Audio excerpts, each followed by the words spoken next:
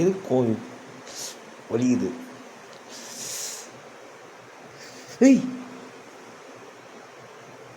என்ன கடிச்சு சாப்பிட்லான்னு இருக்கியா? ஓஹோ, எரும மாடு வலிக்குது. சரி போதும். என்ன போஸ் இது?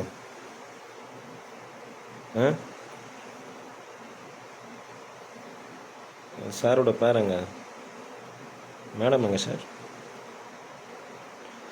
ஏய்,